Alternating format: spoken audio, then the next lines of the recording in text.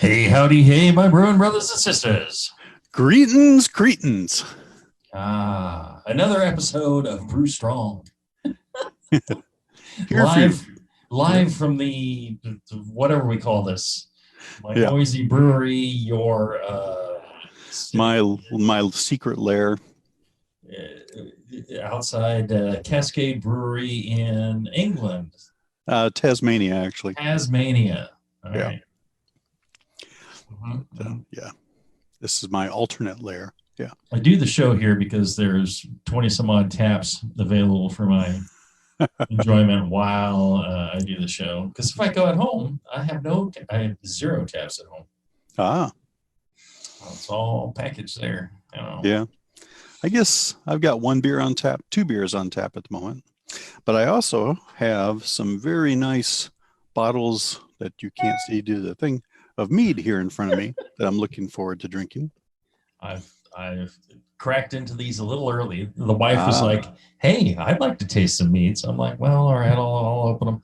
Yeah, today on the show we have Moonlight Meadery, but first I wanted to talk about our fine sponsor, John Blickman, and I wanted to mention the Anvil Foundry.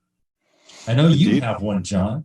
Yeah. It is a really cool all-in-one, all-grain system. If you're ready to give all-grain brewing a try, you're going to want to try the Anvil Foundry, or at least look at it. You streamline your setup. It is easy to use, easy to clean, easy to store, all in one burner, mash pot, boil pot, cooler, everything all in one. Holds like 1 degree Fahrenheit. The unit that'll do 3-gallon batches, which is what you're using, right, John? Right. That's like $275. It's inexpensive. Yes. It's that's a low price for all grain system. Yeah. Right. Right. And then if you want to go to the 5-gallon, it's $95 more. Yeah, it's a great deal. Comes with a chiller. You can order an additional pump, but you don't need it to use the additional pump. I'm just saying, why don't I have one?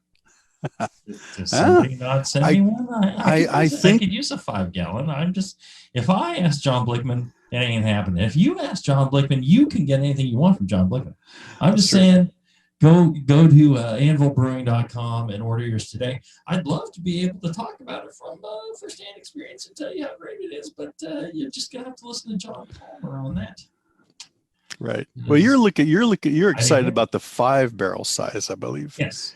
However, I keep thinking to myself, I want to do a couple of little small batches at home in my garage again. I really do. Yeah. It's a very satisfying way to spend the day, that's for sure, or half a day. I got some friends that own breweries and live around my area, and we can all just kind of hunker down and do, small batch, little 5-gallon batch. Everybody bring a handful of hot pellets, and it'd be fun. So, indeed. Unfortunately, I don't have an Anvil Foundry. Oh, I thought you were going to say, unfortunately, you don't have any friends in the brewing business, but Foundry, you're right. Right. It's a fact. Well, let me introduce you to my dear friend, Michael Fairbrother from Moonlight Meadery. He's also got a brewery, he does cider, he does it all, and does it all really well. He's, Michael and I go back to the homebrewing competition days. Oh, yeah. Yeah. And judging days. How you doing, brother? I'm great. Thank you, Jamil. Nice to see you guys both. Yeah. Yeah. Well, I mean, we go way back as well. I mean, homebrew cons back in the, late 90s, early 2000s. I remember you were the one that called me out when I walked out of the women's bathroom at one conference. Okay. What was I headed there for myself is what I would like to know. No, I came out with a confused look on my face, and you is like, "Hey, wrong one, right?" It's like, yeah. Okay. How many times have you accidentally walked into a women's restroom and gone to the bathroom? I mean, completed the process and then left. I don't know that I've done that. I've done it at least 3 times. I was at a beer fest in Savannah, Georgia, where the lady took to the men's room and then took to the urinal. That was definitely bizarre. Now that I've seen a number of times, especially like football games, things like that. It's like the line for the women's room is like 3 hours long. The line for the men's room is walk right in. And so women will go into the men's room. I understand that. I'm just saying that I have accidentally, it was accidental. I'm just right. It was twice at a Carl's Jr. where the Carl's Jr. had like their bathrooms arranged one way, and there's one somewhere on I-5 where the bathrooms are switched, and I just ran in there, went to the bathroom, came out, washed my hands, and like a couple of women come out of the stalls or come into the thing, and I'm like, wrong. And then another one, again, this is always on I-5 where I'm like driving to San Diego or Los Angeles. And, I'm one stop real quick, get back in the car, go kind of guy. I make it down in a couple hours. And then there was a Burger King. And for some reason, I just went into one of the bathrooms and I was there like peeing like a big horse. And some woman came in to like clean the bathroom. She's like, oh, I hear that behind me. I'm like, come back out. I'm just like, damn, it was the women's room. Yeah, and nobody else was in there. I don't know. So it happens. It happens a lot. So don't you be judging John Palmer for going to the women's room. It's, it's kind of the way things go. Yeah, beer conference, you kind of expect, some confusion at times. But when I did it at my wedding rehearsal dinner, that was embarrassing. The worst part is when you do it at home. Come on. You got a his and hers? You're doing way better than I am. Yeah. Nope, no his and hers here. But, all right. Questions are already rolling in for you, Michael. Eric asked, is Moonlight still distributed in I assume, the San Francisco Bay Area? We used to get them through Half Pint, but don't know where to get them now for our tap room. So it's Liberated Distributors. So LibDib is their short name, Northern California. Okay. I'm thinking, I've got a tap room. I've got a full restaurant, with our kitchen. And I can serve other stuff. I'm thinking I need to have some Moonlight Mead in my tap room. Awesome. We can make that happen. I appreciate that, brother. Michael and I, we've actually done some collabs. We did Evil Bee, which is still really popular. I haven't brewed it in a while, but people really remember that with fondness. It's a IPA with orange blossom honey. Quite delicious. And then did we do the Bloody Bee after that? Yeah, that's the Belgian quad I think we made. It's like quad with like a massive amount of honey. I think we're shooting for like 18-20%, something like that. And then the thing stalled out in fermentation, and so we worked on it. It was orange blossom honey. It was some malt, and then what was it? Blood orange.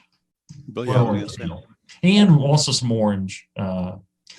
And so 5 years later, because it went into barrels, because it just stalled out. Went into barrels, I added Brett, our local Brett that we captured, that will ferment up to like 18% or past 18%. Because most of the Brett will stall out. And I had nothing else to really drive down. It was just really syrupy sweet. And so we put in these wine barrels. We added this Brett, and it took like another 3 years. So the total of 5 years, it's been at least 6 years since we did this. I have kegs of this. And like once a year, I'll put on a keg of the Bloody Bee. It tastes like, cross between a really good English old ale and a mead. It's really fascinating. It's quite nice. I really enjoy it, and it sells. It sells. It's 18%, so we do it in these tiny little glasses. So it takes a while to go through a keg, but we go through a keg. Awesome. Yeah, I've seen some Yelp reviews from, I think, Japan maybe, or China on it. Oh, so yeah. you must have sent some overseas. Right. Japan, Korea, something like that. Probably Japan. May have gone to Singapore. I don't know. They have an appreciation for something that takes 5 years and, is really expensive. And, you serve in a tiny glass. They're good for that. All right. So let's see here. Should I go? Yeah. All right. I'll leave that question for later. Let's start with Michael. How did you get started making mead? Way back 1995, I was just about a month into my local homebrew club, Brew for Your Die. I'm still a member. It's been a lot of remote clubs of late, but I haven't been able to make as many. So we're at a joint Boston work processor, Brew for Your Die summer holiday party, and somebody offered me a sizer. And I had no idea what a sizer was, and I didn't want to embarrass myself and say that, so I passed my glass over. This gentleman poured me this stuff that I took one sip of, and I lit up like a little baby. I was like, wow, what is this? And he said, apple mead. I'm like, what's mead? He said, a wine made from honey. I'm like, I was a beekeeper. How do you make wine from honey? And he proceeded to tell me, and the very next day I went home and I made 2 batches. And that right there, do tell, man, that stuff's legit. That's 8 years, I think, in the barrel. We got some 20-year-old Scotch barrels. But so I fell in love with that flavor and self-taught on how to make a lot of mead. I've read and lectured now at various colleges, and National Honey Board has paid me to present at their beer conference. We've won this year. We took grand champion at the San Diego International Beer Festival for mead and cider. So pretty damn happy with how life has gone. I mean, we've sold almost 2 million bottles and cans at this point.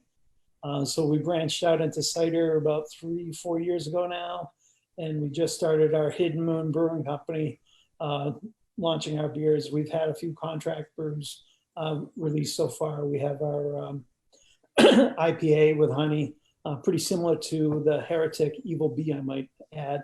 And then we've got my Russian Imperial Stout, which is nice. Copious amounts of organic wildflower honey from Brazil. Nice. That sounds good. So have you made wine? I have made 4 batches of wine in the course of 25 years. I would not say I'm an expert. I would not say I'm even good. I would say my chocolate making skills are better than my wine making skills, and I've made more chocolate from cacao nibs than I've done wine at this point. See, the great thing about you, brother, is that you don't poo-poo any of the fermentation arts. You're into all of it. And while you may focus on one more than the other, you love all of them, right? Yeah, there's nothing that fermented I really don't enjoy a lot. Right. Kimchi to you name it. Sauerkraut to anything. Yeah, they're all great. Well, do you have a sense as to which is the hardest to make of all those, since you've done them all? Well, I'd say mead's the most unforgiving, right? So there's several common elements among the various types of fermentation, and it really boils down to treating your yeast perfectly so that it consumes the sugar to make your alcohol.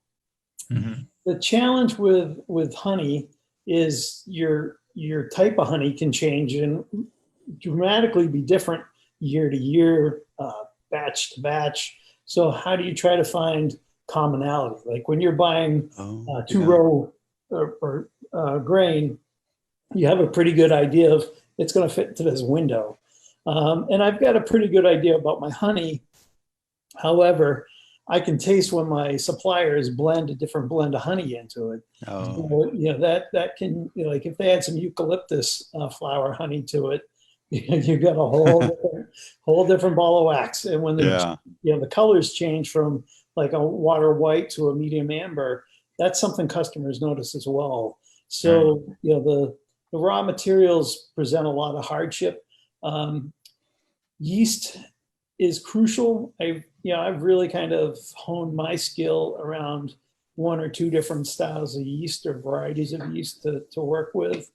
And to make it consistently be amazing is what's really hard. I mean, if you look at how many competitions, mead competitions that I've entered over the last decade, I've taken medals at every one we've entered. So, you don't get to the crop level by just winging it. Mm-hmm. I mean, I like to think of myself as the seat of the pants brewer, mead maker, wine, cider maker.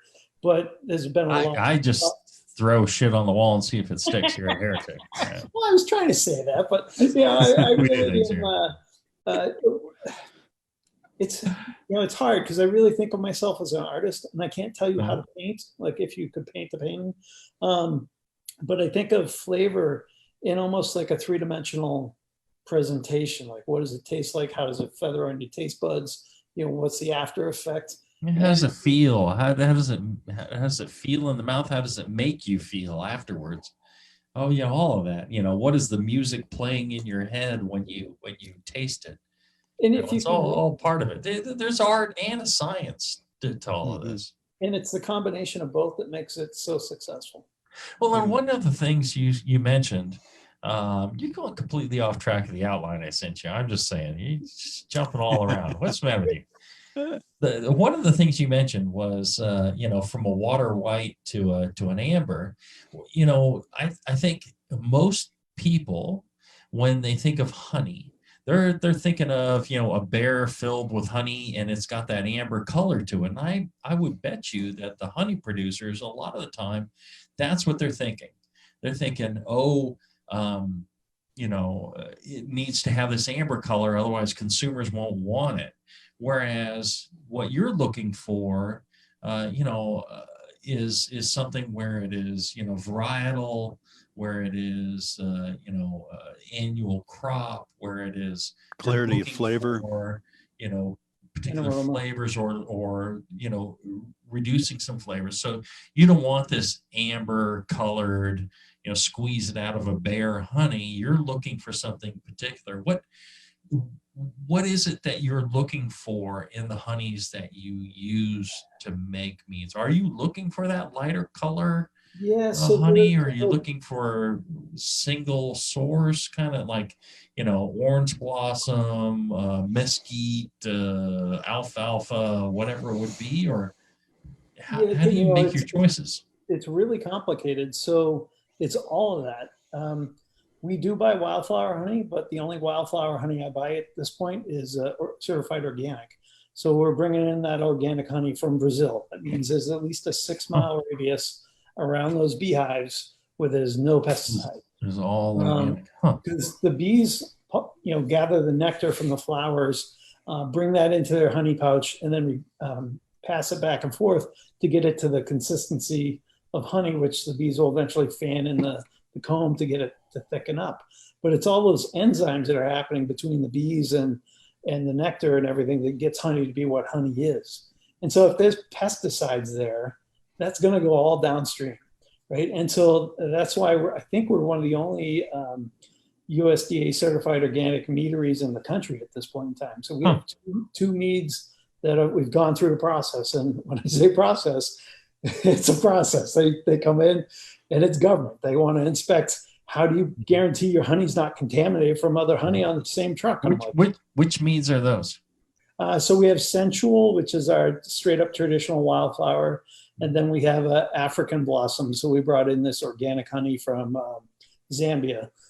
So they're up there and they've got these hollowed out logs that they put into the canopy of the forest, and the bees fill it up with honey and they reach in with their arm and scoop the honey out. And it's sustainable. So it gives these folks a way to make a living. And nice. That's the dark honey. So you were asking me about the differences of honey and why do I choose which one I choose. Yeah. So the darker the honey, the higher the mineral content. And that mineral content may taste really nice when it's sweet, but if you ferment it to dry, it may be more bitter and more harsh, almost like it's almost like a tannin level to that flavor profile. Whereas a lighter honey, when it's almost bone dry, can present almost like a white wine. So it has a lot more uniqueness and delicacy to the flavor. Well, I find that the darker the honey, the longer it takes to get to where I enjoy it. Does that mineral content or something about that darker honey, does it precipitate out and maybe that's part of the process over time, or what's happening over time that makes that darker honey mead taste better? What's happening there? So there's certainly some oxidation that's taken place over time, and I think that can help round out some of the flavors. I think honey meads in general tend to age a lot better than not, and I think it's because honey is a really good antioxidant in general. The oldest mead I've ever tried was 60 years old, and it was just mind-blowing, right? I couldn't even think of how to describe it, other than it's not like I can draw a picture and say, here's how you get from here to there. It's really something else. The one mead you guys have in front of you that I did send you is fairly well aged, which is Do Tell. So I got these 20-year-old Scotch barrels from Scotland imported into the meadery, filled it up with I believe that's apple cider, and it's got all the complexity. So you get the hints of the peat from the Scotch in the barrel, almost a smokiness to it. This, main reason I shared it because my father's favorite. I wanted to show him. It got onto a vlog here, or podcast, and it's just got, I call it hang time, but the flavor just really just sticks with you. It's. I really enjoyed it. It has a really nice forward oak character, and it's got a bit of a spiciness to it. The apple in the background, the honey, the whole thing really the Scotch comes together very nice.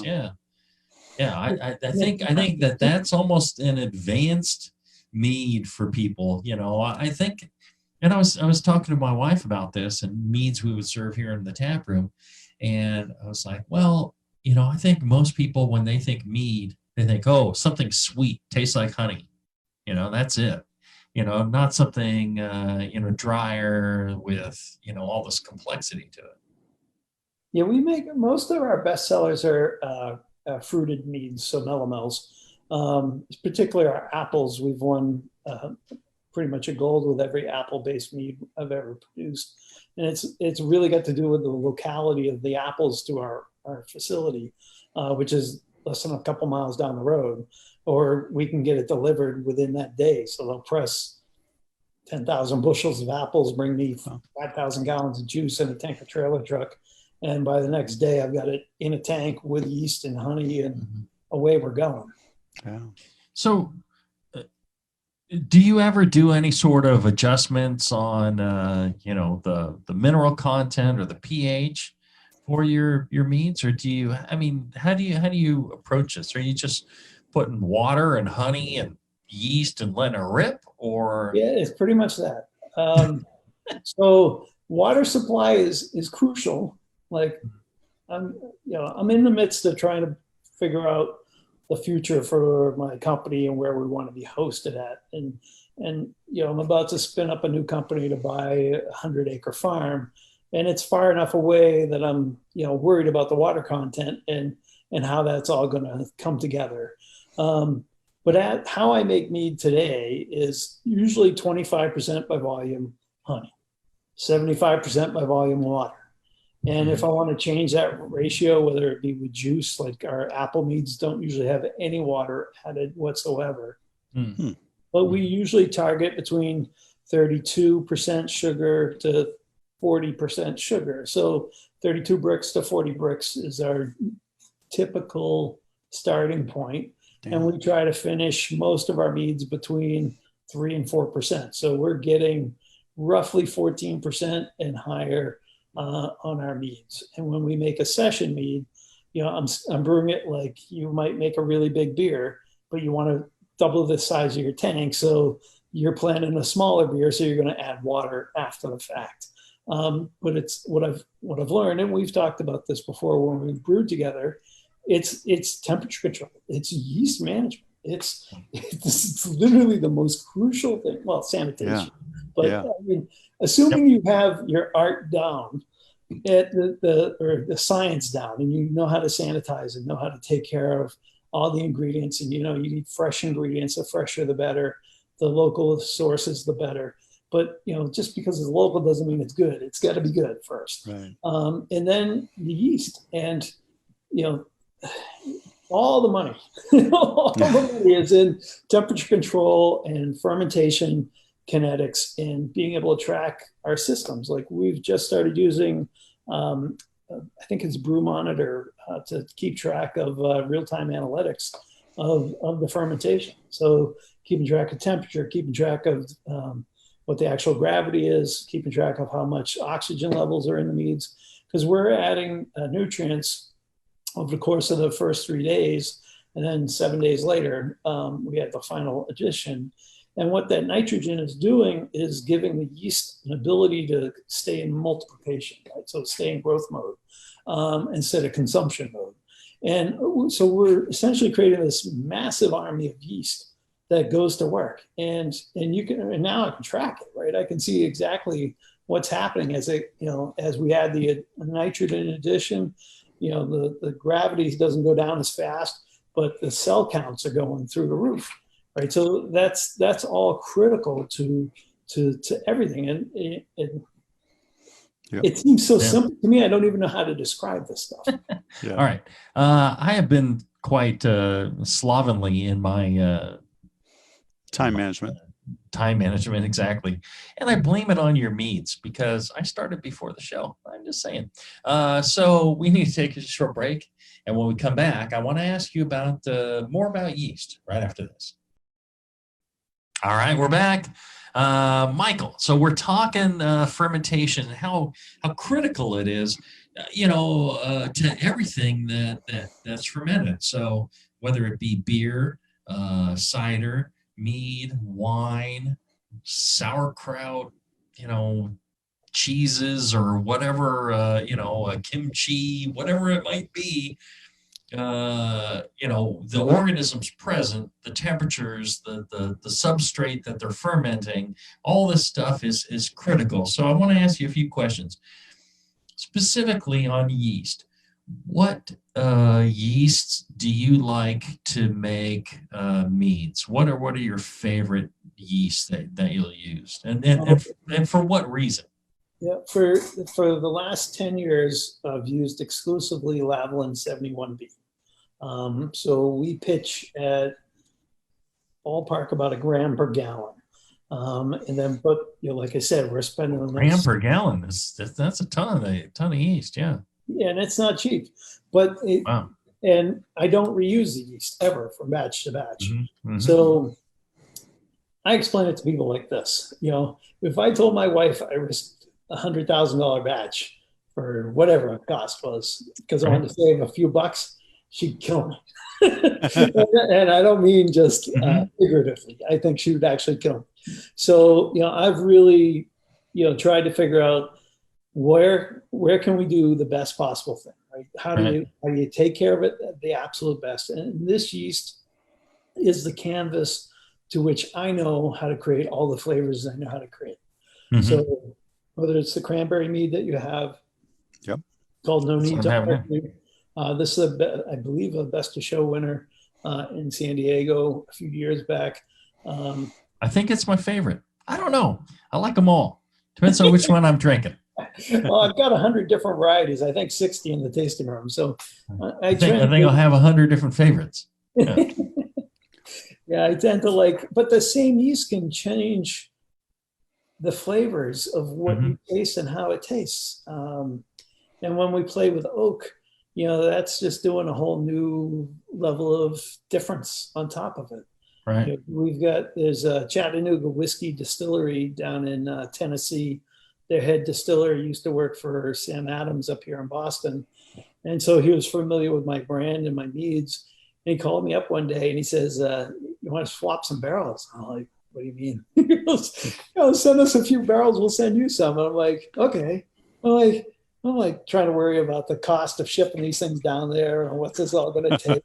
And he lets it slide that they got a 50,000 square foot warehouse. I'm like, you got the shipping on this one.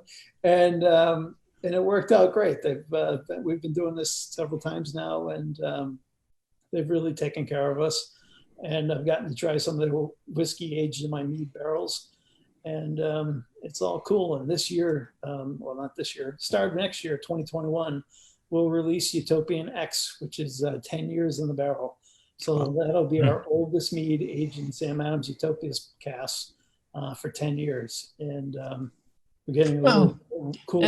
And don't forget, where this was mentioned, that perhaps you should send a wee bottle to your friends out here on the West Coast. I'm just saying that.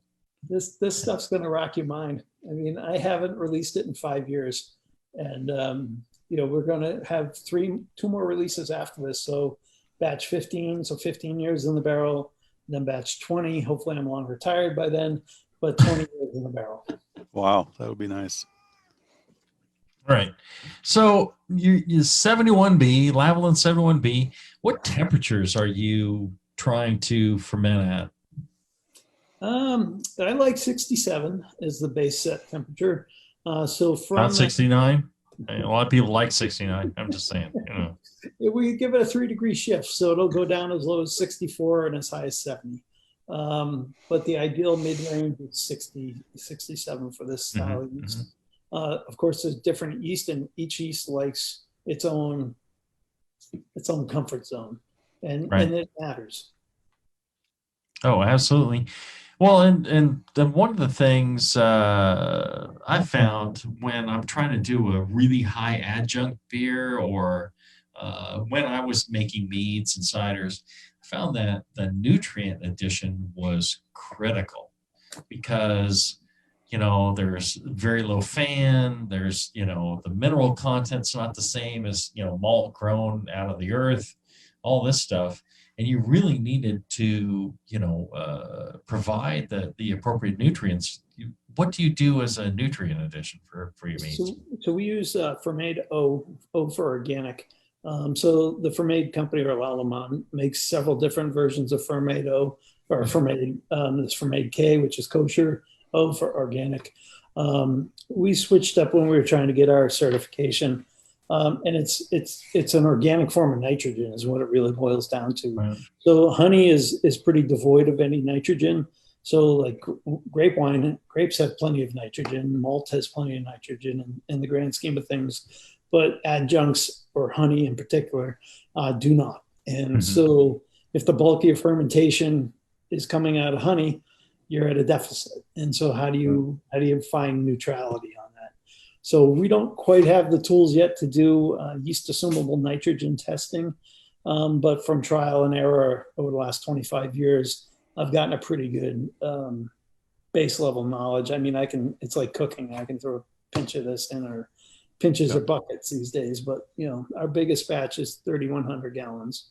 I will tell you this: if you have an Anheuser-Busch brewery near you, go and talk to them and say, hey, would you test this for fan or for zinc or for whatever you want?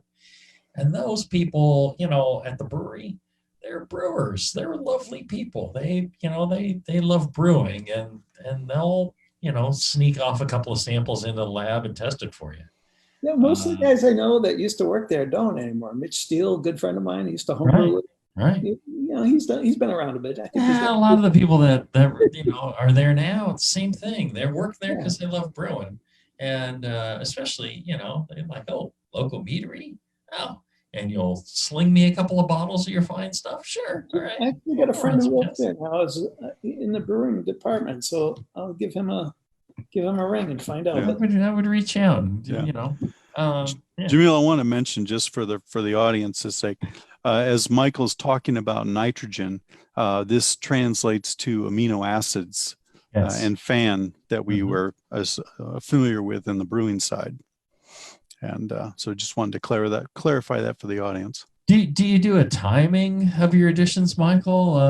What I found on the brewing side is when I'm doing a super high adjunct beer, like, try and drive something to 20+%. When I'm adding those adjuncts, I want to add a little bit more of the nitrogen. I want to add, a little more fermade, fermade K. So you're step feeding your the brewing adjuncts into the brewing process? When we're doing something, we're trying to push something to like 20%. Yeah. Yeah. So I don't have a lot of experience doing it that way. I've been told for 25 years the way I do it is wrong. But it didn't stop me 25 years ago, and it's certainly not stopping me today. So for the method that we follow, there's this, what's it called? Tanza Method, or Tanza 2 now. So Sergio from Melavino put together this website, meadmaderight.com, and it shows you a calculation of how much nitrogen or nutrients to add and what schedule. And, since before he put up that website, that's the process we've pretty much followed. So what do you think of the packaging, Jamil? I love it. Really nice. And the case it came in and everything, really high quality. Yeah, of course, you've always done stuff that way. You're not a do it cheap or do it quick or do it easy kind of guy. You're always better rather than faster, cheaper. Yes. Yeah, expeditious versus quick. Bigger, better, bolder. That's you, Michael. Let's take another short break, and when we come back, we're going to talk about additions such as fruits, spices, or all that other stuff right after this. All right, we're back. We're talking with Michael Fairbrother, our dear friend from Moonlight Meadery. And what's the brewery name? Hidden Moon Brewing Company. Hidden Moon Brewing. All right. He's been making a lot of great stuff for a lot of time. And one of the meads that he sent us was Caress, which is a raspberry addition to the mead. Yeah. Yeah. I wanted to ask you, how do you go about adding fruits and spices and, other things to your meads? So most of the fruit goes in primary. So whether it's whole or pressed or in a concentrate format, it's going into the mixing tank. So we'll start the mixing tank with some amount of water in it. Then we pump our honey in. We warm the honey up to about 80 degrees Fahrenheit. And at that point in time, if it's in a juice format, we're adding the juice to the mixer. If it's whole fruit, like when we make our wild blueberry mead, and we're using 6 pounds of blueberries per gallon, the blueberries are frozen, and then they go into the fermenters, and then we pump the must or the mead on top of that. So that pretty much means that a 1,000-gallon tank is going to make 500 gallons worth of blueberry mead, because you need that much space just to hold the fruit. Mm-hmm. The hardship with adding fruit in whole format is there's a lot of waste. So there's a lot of unrecoverable mead at the end. Mm-hmm. And then there's a lot of head, to push the cap down, the fruit, to allow the nitrogen or the CO2 to escape. You have to really push hard. When you're getting a lot of head, you have to push hard. Yeah. Oh. What do you? It's the mead talking. I don't know. I love the color of this mead. You're using a ton of fruit or a ton of juice in this, right? Yeah, I like to go big. I really, you guys were just talking about I want the flavor. So my inspiration for this was like a dessert style, after with let's say a German chocolate cake, right? Oh, yeah. Oh, it's delicious. And it this is my favorite. Thank you. Yeah, I think it's worth pointing out to the audience that, versus beer, that, in beer, we often talk about adding fruit to the secondary, or in your case, you do a separate fermentation of the fruit and then blend the two together, the beer and the fruit wine. Whereas in mead, fruit and mead or the honey are all simple sugars. So there's no need to separate the fermentations as in the case of beer. In the case of beer, we're working with maltose, a disaccharide, and versus the simple sugars like fructose and glucose. In mead, it's all fructose and glucose, a little bit of sucrose. So yeah, I think that's one interesting difference in the fermentation styles of the two beverages. And I find that flavor-wise, you can almost get more of I term it as a jelly-like flavor if you add fruit in secondary. So it doesn't taste as much integrated. Now, the opposite's true for any spices that I add. Spicing always takes place post-fermentation. So usually the mead will be racked and clear before I start to spice. And at that point in time, I'm running a clock on the spices. So usually a maximum of 72 hours is my mead in contact with the spicing, whether it be coffee, chili peppers, cinnamon, vanilla, star anise. Can't even think of them all. Some ingredients we can't legally use. Like I bought some pea blossoms. Not allowed. So not listed under the general acceptable ingredient list. And the grass. Yeah, it's always fun to hear that after you spent money on stuff. But I wanted to create this really cool looking purple mead, and the answer was no. Bummer. Yeah, that sucks. Send me some. I'll take that. Let's see. Can you share some tips? Johan was asking, can you share some tips on how different it is to judge beer and mead? Yeah. Well, the beer world has done a really good job at trying to quantify styles and what makes a particular style judgeable, right? So American Porter or American IPA or a lager, you name the style, there's a defined category. Now, if you jump to the mead world, there's like 4. And so, and there's almost infinite number of variations to mead that you can have. Right. And so the mead world's tried to quantify it by dry, semi, and sweet. You've got fruit, traditional, methaglens, which are meads with spices, and an open category, which is basically anything and everything else. And oaking levels can be moderate to mid to none. So you can have historical meads, which are lumped under open. And what the judging aspect of it should be the same, which is judge the totality of the beverage in front of you. Is it good? Do you need to taste all the elements? No.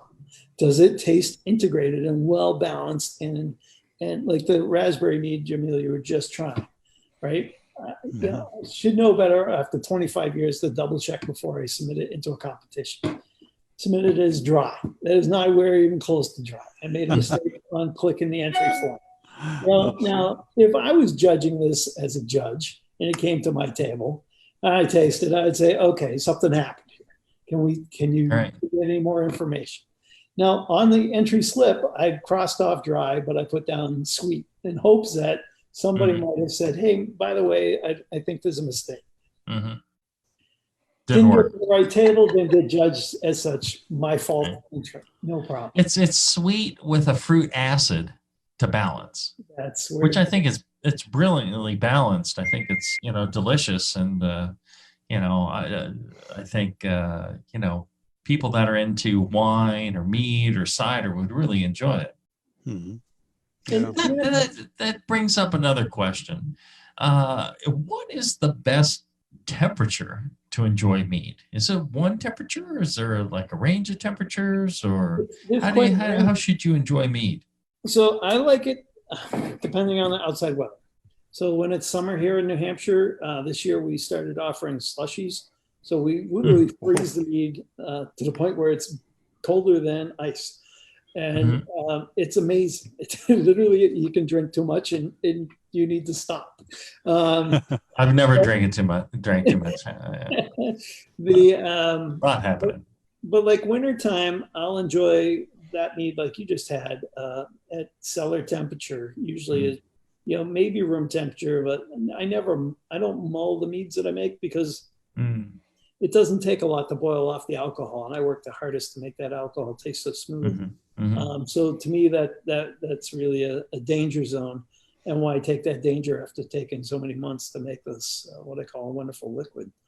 And, but like when I'm in Arizona doing tastings, or Texas, or Florida, it's usually at a pretty good chill level to it. But the colder you make it, the less honey you taste. So, I like to joke around. There's a reason Budweiser advertises or mandates their beer must be served ice cold. They don't want you to taste it. What about brewing a Bochet? Joanne was also asking, never tried one, but I'm interested in the process and possible taste results. I will tell you this. I can't remember who it was who sent me the Bochet from the CIA, which is it is a homebrew club out in Texas, and I thought it was brilliant. I thought it was absolutely delicious. Looks like we lost Michael here. And have you had a Bochet, John?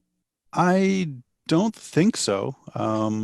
It was kind of smoky, caramelly mead. So you take the honey and you essentially kind of burn it, and it adds a ton of flavor to the overall mead. I thought it was one of the best things I ever had. Was this Bochet from Michael? Have you ever done one of those? Yeah, we have. What is a Bochet? I don't know. Oh, that's a great question. So Bochet means mead with honey that has been caramelized and or burnt. Okay. It's the process of heating up the honey to the point where it's almost becoming like caramel, and then using that. Now, the best example I've ever had was when I judged at the ANC in Australia. God, it's going back a few years now, but and this gentleman has since gone off to create his own meadery. I believe it's called Erosion Meadery. And screw him. He went off and did his own thing. Yeah. So what he talked to me, and he shared his recipe with me. He created these little like caramel dots on a piece of paper. So like every 15 minutes, he was measuring the color and of how the color was changing over time. And to me, it reminded me of the candy they used to sell when I was a kid, which was like this sheet of paper with different colored candy dots on it. I don't remember what they were called, but it was a long time ago. But I found it fascinating to think of you could then take what I've been doing for so long in a whole new direction and try to work with that. Now, in general, I usually find Bochet's are burnt and taste horrible. So there's a fine line between caramelizing honey and burning the crap out of it, and you can't recover once you burn it, right? Yeah. So there's too much, and then there's not enough, but the ideal is just enough. So when I made my first Bochet commercially, what I did was I took 20% of the honey, and I used that almost like a spicing element. So 20% of the honey for the batch, I caramelized, and basically had a room full of people watch me. And liquid honey boiling is extremely, extremely dangerous. This stuff lands on your skin. It's going to. So you're taking the full thick honey, you're putting it in a kettle, and you're trying to boil it and reduce it. Yes, I mean, you can't reduce it much further, or you end up with a solid brick. How does that work? I mean, do you just like kind of feather in the temperature, or? No, well, so you stir in the daylights out of it to keep it from just scorching. So I've got a 30,000 BTU burner that I used to use to. You got some bourbon barrel curds that I used to use in my homebrew setup for doing decoction mashes, And so, it is very fine control. And I basically put a 15-gallon pot onto that. And I put in about 20 pounds of honey and then just let it rip. And, about 45 minutes later, I had it boiling pretty vigorously and globs of honey are flying around. And, I'm like, okay, I'm good enough. And then I add water at that point, trying to bring that honey back down. But, my honey method, treatment method here at the meadery is no heat. We do not cook that honey. Right. So we're trying to save all that aromatic and the natural beauty of that honey flavor that, the bees have worked so hard for. Specifically with our organics, we don't want to come anywhere close to it with anything that, we got to certify that we've actually cleaned the tank before we put the water in the tank. I'm like, of course we do that. It'll go bad. So the government doesn't want to hear, of course, they want you, we have to sign off on log sheets and everything that we've actually done this and track the honey from point A to point B. Mm-hmm. And how do we prevent it from becoming commingled once it's been bottled? And I'm like, you got to be kidding me. I'm like, the bottles break, they're done. We're not sucking the mead back up. But bouchets are really, I think the biggest concern I have is safety and trying to boil honey like that. It'd be like, Jamil, imagine if you had malt extract and you wanted to reduce that down in size and complexity. I mean, it's dangerous, right? It really is dangerous. It's like, if we lose an employee or two, how did it taste? That's the concern right there. Yeah, I don't know. So of course I'm kidding. But this one I got from the CIA, I thought it was stunningly good. Nice. Yeah, it became like kind of my favorite mead style all of a sudden. I'm like, ooh, all right. I didn't think it would be good. It was, but just, the caramel, the light smoke. I thought this was done brilliantly. I thought it was perfect. Speaking of spicing and all this, let's see here. Eric was also asking, he said, can we, as he says, for distribution, he says, I can see that I get bottles here. Can we also get draft here again? We had Kurt's apple pie on draft when we first opened, and it was hugely popular. So we can make that happen. So my email is Fairbrother, so my last name, at moonlightmeadery.com. You tell me what kegs you want. I can put them up on the LibDib system. And we do have a brand manager in Northern California that's Edge Consulting. So we work with them to help get it to bars and stuff. Happy to, I mean, I've been trying to find what I call a feet on the ground distributor in Northern California for a long time. We were with Half Pint Cider, and that it didn't pan out as well as we'd hoped. And we haven't been able to recover or recoup other than with Liberated Distributor. I mean, we're doing so well in Los Angeles. I got my son living out there now.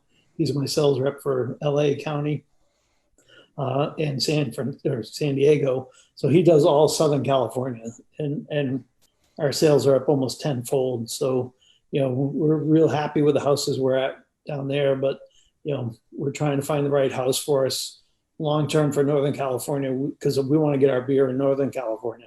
You can go into, I think, Total Wine or Bevmo or Total Wine, I know for sure, and buy my beer in Southern California. So just none of it up where you guys live. And Northern California is the most important part of California. Wouldn't you agree, John? Oh, yeah. I mean, it's hard to get Pliny down here. So there you go. Yeah. I'll tell you where you can find great mead making ingredients and mead making advice is our good friends at Brew Chatter. Oh, yes. They are, Reno adjacent in Sparks. And Sparks is the better part of Reno. Let's all just admit it. And they have all the ingredients you want to make a great mead, make a great melomel, make a great bochet, whatever it would be, and advice. Lovely people, Josh and RJ there at Brew Chatter. They have Just an amazing shop with lots of great advice. They've got a little bar in there if you want to go have a beer while you're shopping for your homebrew ingredients. A lot of fun, good people. Check them out. Brewchatter.com. They're there just outside of Reno. And Reno's a lovely place to go and visit. I don't know if you've ever been there, but you should. All right, let's take a short break. When we come back, we will finish up with our good friend Michael Fairbrother from Moonlight Meadery right after this. All right, we're back. We're talking with Michael Fairbrother from Moonlight Meadery and Hidden Moon Brewery. And does the cidery have a different name, or is it all done under the? Yeah, it's under the Hidden Moon brand at this point in time. It's for tax purposes in the state of New Hampshire. It ended up saving me, I think, almost $1 a case. Did they tax you in New Hampshire? I thought New Hampshire was no taxes or death. Yeah, isn't that the motto of New Hampshire? Live free or die. No tax me or die. They don't want us to say it's a tax, but it's a excise fee or tax. But yeah, they charge beer 30 cents a gallon, and they charge anything that's made under my winery license at 5% of sale cost. So 30 cents a gallon is a way better deal for the breweries than for the poor wineries. But when I tried to explain it to the wineries, it just was like, oh, this is how it always works. We can't change it. I'm like, tax tomatoes at one rate and cucumbers at another. All right. I'm warning our affiliates down the line that we're going to go long. We have Michael Fairbrother on here. We're gonna go a little long. Just saying. All right. Adjustments. Have let's say you've made a mead and it doesn't turn out exactly the way you want. It's not. The acidity is lacking, it's not as bright, or the sweetness is missing, or it lacks body or aroma. How are you dealing with that? Do you just toss it and start over, or are there adjustments you can make to rescue a fallen mead? Yeah, it really, it's changed for me a lot over the last 25 years. So 25 years ago, I made one of my first batches of mead was a pineapple mead, because the mead I tried was apple. I said, well, I like apple, but I love pineapple, so let me make a pineapple sizer type thing. So just pineapple juice and honey. But the problem is it fermented dry, and the reason pineapple juice tastes so well to balance all that acidity is it's sweet. Sugar. Right? And so with no sweetness left, I had all that acidity. And not knowing what I was doing, but have read Charlie Papazian's books, and I'm like, all right, I just need to put it in a keg and let it sit. Well, over the course of the next 5 years, that mead changed fairly dramatically. So just wait 5 years. Is that your advice? That was one option. But where I come at it from now is, let's say I miss the mark and my finishing gravity is too low, right? So I like it a little more sweeter, but it's a little drier. What do I do? I don't try to add honey at that point in time, because that's going to change the mouthfeel of the mead. And so your best bet is to make another mead and push higher and then blend. So blending is I think of it from like the artists who make like Cantillon, and that the sweet and tart and all that balanced flavors. And I'm pretty sure both of you guys have tried some of my Russian Imperial braggots at the Brewing Network events that I've been to over the last several years. And so that was a Russian Imperial that I made with like 60 pounds of honey in a 20-gallon batch. So stupid amount of honey, right? And then I had to pitch it on top of some Flanders yeast to get that, to dry it out further. And then, to get some sweetness left, I'd blend it with an orange blossom mead at the end to kind of get it to where it was this sweet tart, interesting combination of you had the elements of a stout, you had the elements of the mead, you had elements of a sour, and everybody's like, what the hell did you do and how'd you make this, right? And I'm like, well, you really can't make these, and it's going to take like 8 years to make, but this is how you do it. So it's I consider this all in the art form of what do you do once you get to there. And that's, I think, what I do really the best, which is taste as we ferment and go through the process and try to see in my mind where it's going and where do I want it to be, and do I hit the mark? And so, I don't try, I tell customers every day, well, when we can see customers, that I don't try to make the same mead ever twice. I just try to make the same ballpark. I want to come in the same ballpark. So you taste it and you go, yeah, I might have liked the last one better or the next one better than this, but I know it to be this. Yeah. And, for the stores that we sell in now, it's not, I don't have that much luxury anymore, right? I can't come in with, let's say, a caress that didn't have all that raspberry flavor that you were just trying, had like a light hint of it. That's not good enough, right? So I can't miss the mark so much that people don't recognize it for what it is. And that makes my job harder, right? So I've really had to become rigorous at, how do we measure and check the quality of the ingredients coming in? What's the bricks of the concentrate? What's the acceptable levels that we'll take for X, Y, and Z? That's like when I got that honey that had some eucalyptus into it. I'm like, he goes, oh, don't you like that flavor? Everybody likes that flavor. I'm like, no, because this wasn't here before. Yeah. You really have more challenges with honey, being such an agricultural product. A lot more inconsistency and a lot more variety batch to batch, you're to grower than depending malts. on the frivolity of the bees, because everything's agriculture. Everything in beer, everything in wine, everything in mead, everything in cider, they're all agricultural products with variability. I think the problem you get with mead is, well, the bees get a bee in their bonnet, and then they go off and do whatever they want. There's an added level of complexity in sourcing honey than in sourcing malt. All right. So Dan is asking, I've made a couple of 5-gallon melomels with 20 pounds of honey, 8 pounds of mixed berries added to the primary. How long is too long to keep it in the primary? Well, with the right nutrient levels, about 3 months is about the maximum time needed. Without that nutrients, it could take a year or two. That amount of fruit is pretty light, so that's less than 2 pounds per gallon. So it depends on your fruit too. So if you're using raspberries and actually have the seeds, you're going to get some oak tannin notes out of the seeds, depending on how long it sits there.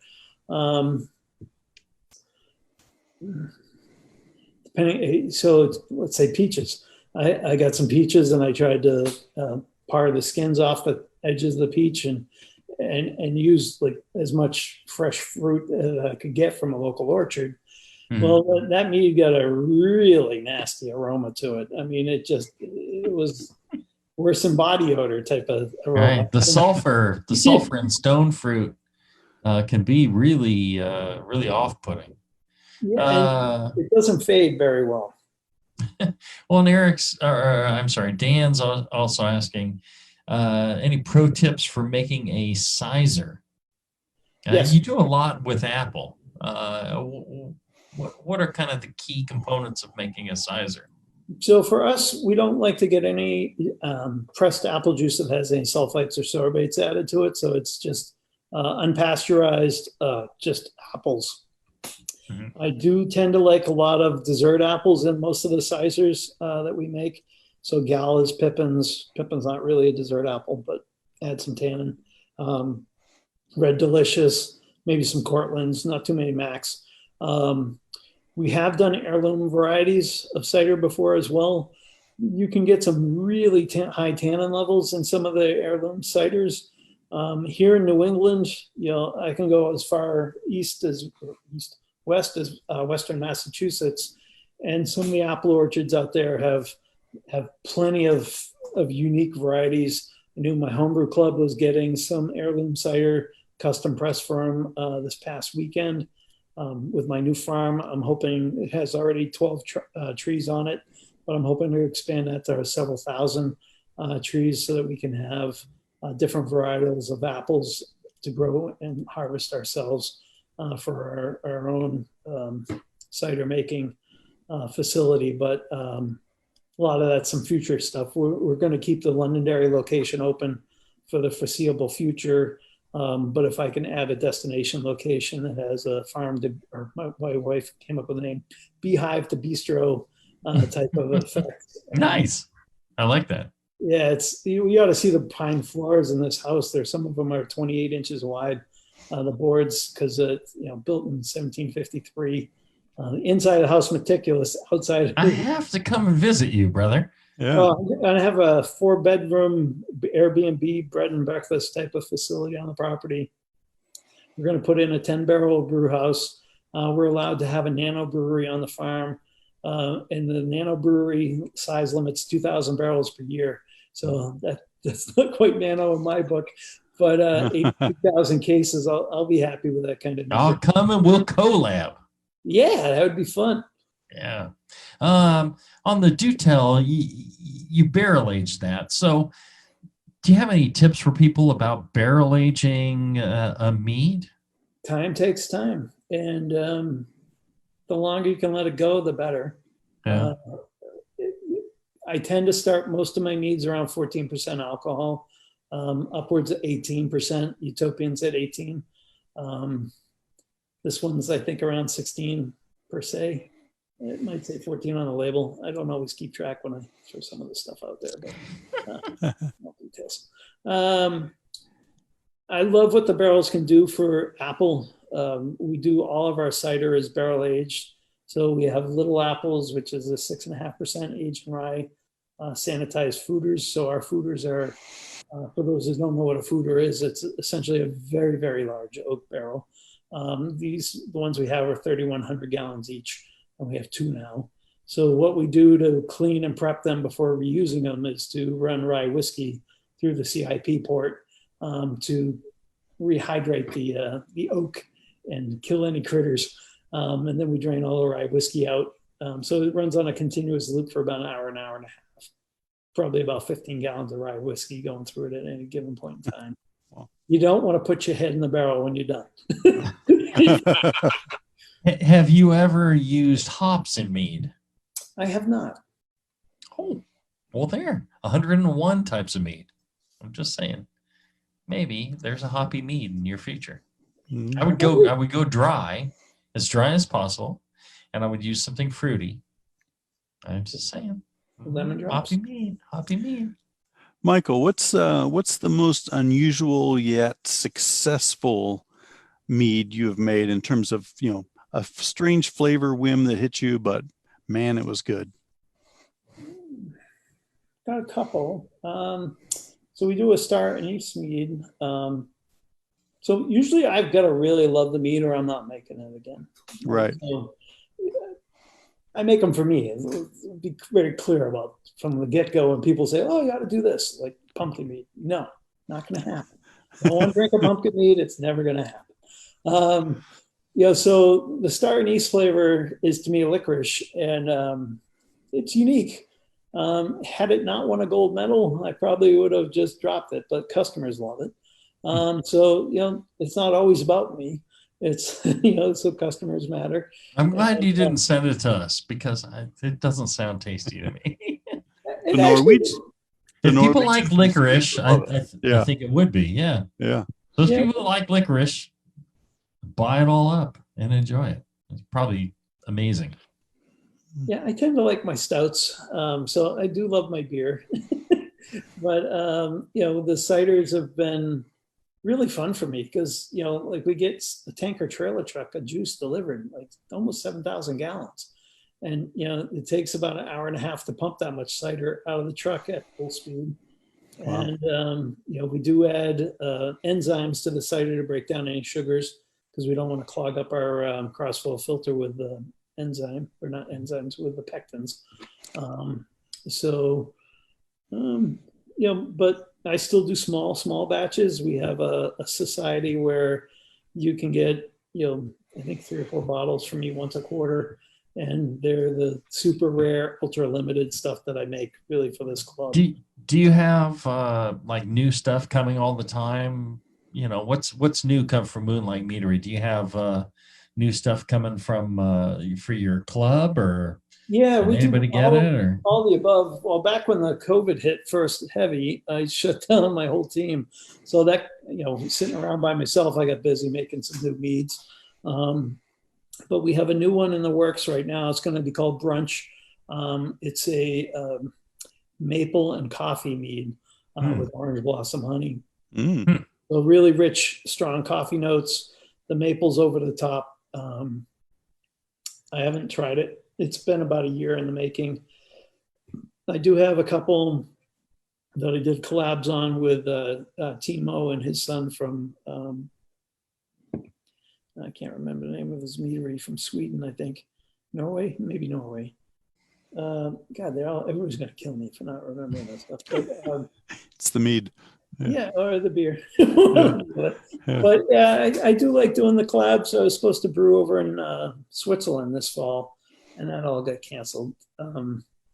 But Jonathan Porter and I do a beer every year, Buzzworthy, down at Smog City, and I've got a wholesaler license, so I can actually buy my beer from him and then export it around the country to my wholesalers. So nice. Yeah, I'm looking forward to doing that for the first time this year. So Jamil, we can do a collab again. I can just buy it, your name on it, and sell it in New Hampshire for you. You don't have to deal with the distributors. I do. That's great. We can do fun stuff that way now. So I've got more stupid licenses than you can imagine. A wine manufacturer, beverage manufacturer, beverage vendor, and then federal licenses, wholesaler, importer, and wine manufacturer. You know what's great about most other countries in the world is if you have a license to produce alcohol, they pretty much give you anything to do with alcohol. You can, import alcohol, you can distribute alcohol, it's whatever. You're creating it, just handling it is no big deal. So you automatically, anybody who has a brewing license, the rest of the world, I'm like, well, can you do this? They're like, we can do anything we want once we actually make alcohol. So just like buying it and reselling it is no big deal.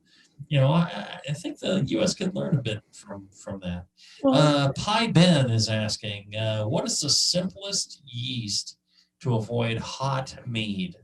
USO5 is the option, or or is it like fermentation and I would fermentation, nutrients, temperature, all that. Not necessarily changing the yeast. Yeah, temperature control is where you're out of control. That's going to cause your hot notes. So, it becomes harder depending on where you live and what your environmental situation is. But if you don't have a way to regulate the temperature of that carboy or that fermenter, you've got to find a solution. Whether it's you build a jockey box and you ferment at a nice, cool, slow temperature. But what's happening is your yeast is stressed, and it's creating fusel alcohols because it's fermenting too fast. And the reason it starts to do that is because the hotter it gets, the faster it ferments, and it forms this nice chain reaction. Exothermic, I think, is a technical term for it. And it basically means all shit's going to hell, and you're going to have to suffer the consequences and wait till a very long time to get something that's really enjoyable. Now, there are wines that are commercially made where they particularly want that to happen. Now, those wines in particular need to age for extended periods of time, and usually in oak, to get those flavors to really kind of mellow out. But that's what gives some of those wines. And esterification of those higher alcohols into fruity flavors over time. Yeah. And Johan was asking, he appreciates the answers. He was saying, any advice for piements? The amount of fruit versus juice, types of fruit versus juice.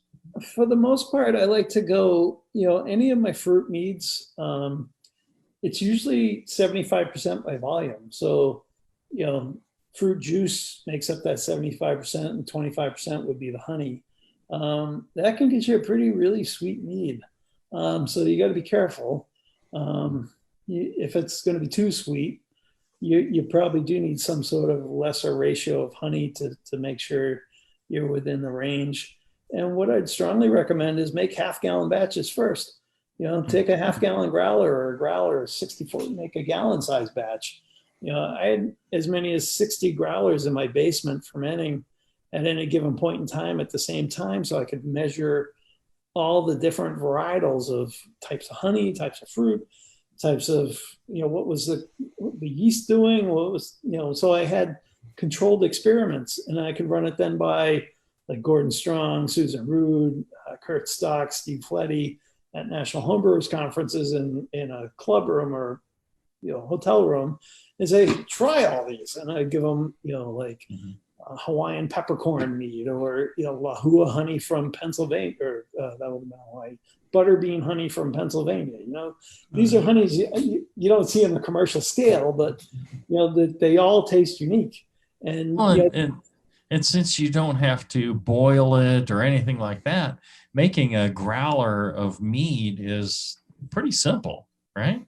Yeah, if you're making 25%, so 8 ounces of honey or a 16-ounce jar of honey, shake it up into the growler, get it all dissolved in there, throw it in your yeast packet, put an airlock on it, and you're in business in 15 minutes. There you go. Well, there's the true reason why Michael Fairbrother has started Moonlight Meadery, supplying spectacular meads across the world, is because it's easy, and that's the path he went down. Yes, right? Certainly easier than software engineering. Well, it's great to see you, brother. Thank you so much for spending this time with us. Thank you. I can't tell you how much we appreciate that you sent us these 4 delicious bottles of mead. John and I both enjoyed them, and a number of other people have enjoyed them as well. If you're out for enjoying meads, I would seriously suggest you search out Moonlight Meadery. Michael's made some amazing things that are, best of show winners that you can find. Just ask your local bottle shop, ask your local tap room if they can source you some Moonlight Meadery. It is out there. They just need to want to have quality stuff, and you tell them that. If you want to have quality stuff as well, check out the Anvil Forge. Really cool, simple brew system. I'm looking for mine in the mail, John. We'll get it. We'll get it in the mail. If I get it, I'll be sure to give it a square evaluation and promote my thoughts about it. Very good. In the market for a 10-barrel brew house. So. BlickmanEngineering.com. Check them out. Check out our good friends at brewchatter.com as well. All good folks that have supported this program and made this possible for the last couple of decades. There you go. So check it out. And, keep on brewing, make some mead, make some cider, make some wine, ferment, have fun. We love it, and we hope you do too. Until then, everybody, brew strong. Brew strong, everyone. Cheers, everybody.